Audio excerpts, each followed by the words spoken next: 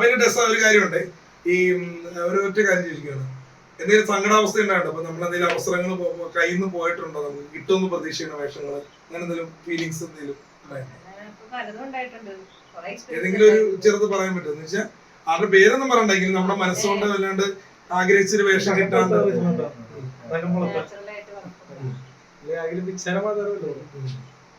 ഇത് പറ, ഇതിനെ കുറിച്ചൊന്ന് പറ. അതായത് നമ്മുടെ ജീവിതത്തിൽ ഞാൻ RDS എന്ന് പറഞ്ഞ മൂവി ചെയ്തു.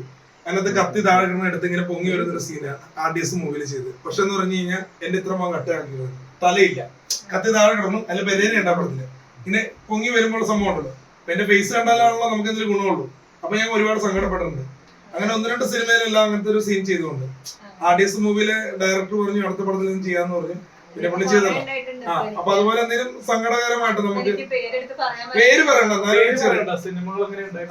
എന്തെങ്കിലും ഉണ്ടായിട്ടുണ്ടോ സങ്കടപരമായിട്ട്? എനിക്ക് ചാൻസ് തരാമെന്ന് പറഞ്ഞപ്പോ സൂര്യപടത്തിന്റെ ഓഡിഷൻ ആണെന്ന് പറഞ്ഞിട്ട് ഞാൻ പോയിട്ട് അത് ഫേക്ക് ആയിരുന്നു. അങ്ങനെ കുറച്ച് പടങ്ങളിൽ ഇങ്ങനെ നമ്മൾ ഓഡിഷനൊക്കെ പോകുമ്പോ ഫേക്ക് ആയിട്ട് വരാറുണ്ട്. പൈസയൊക്കെ ആവശ്യപ്പെടുന്നുണ്ട്, കുറെ പേര് പൈസ ആവശ്യപ്പെടുന്നുണ്ട്. അതൊന്നുമില്ല, അവന്റെ പൈസ ആവശ്യപ്പെടുന്നുണ്ടല്ലോ. പെരേരയുടെ ആവശ്യപ്പെടുന്നുണ്ട്. പെരേരയില് അതല്ല, പെരേരയുടെ 5 ലക്ഷം വരെ ചോദിച്ചിട്ടുണ്ട്.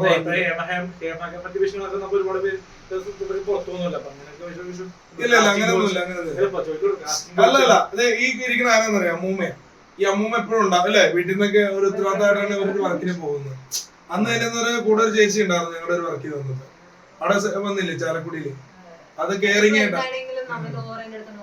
അതന്നെ. അപ്പൊ ഞാനതല്ല ഉദ്ദേശിച്ചത്.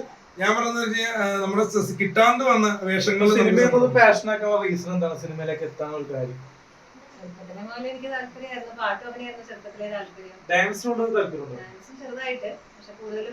സിനിമയിലൊക്കെ ഇറങ്ങി അത്യാവശ്യം ഡാൻസ് ഒക്കെ അറിഞ്ഞിരിക്കും.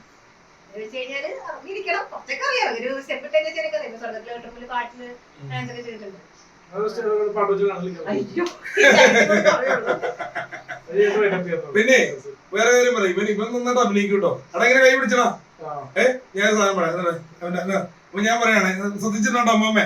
ഇവന്റെ അഭിനയം കണ്ടോ?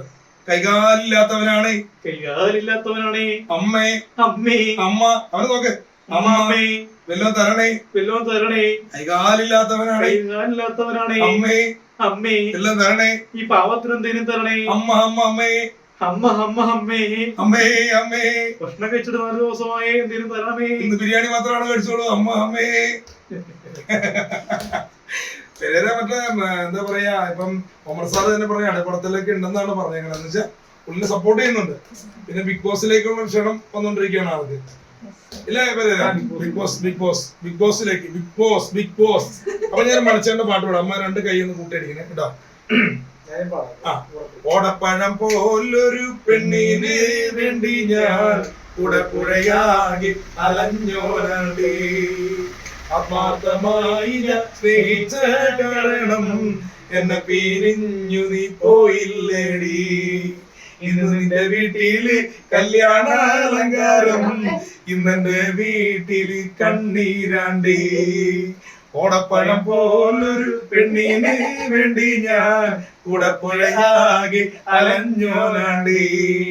ആത്മാർത്ഥമായി സ്നേഹിച്ച കാരണം എന്നെ പിരിഞ്ഞു നീ പോയില്ലേടി.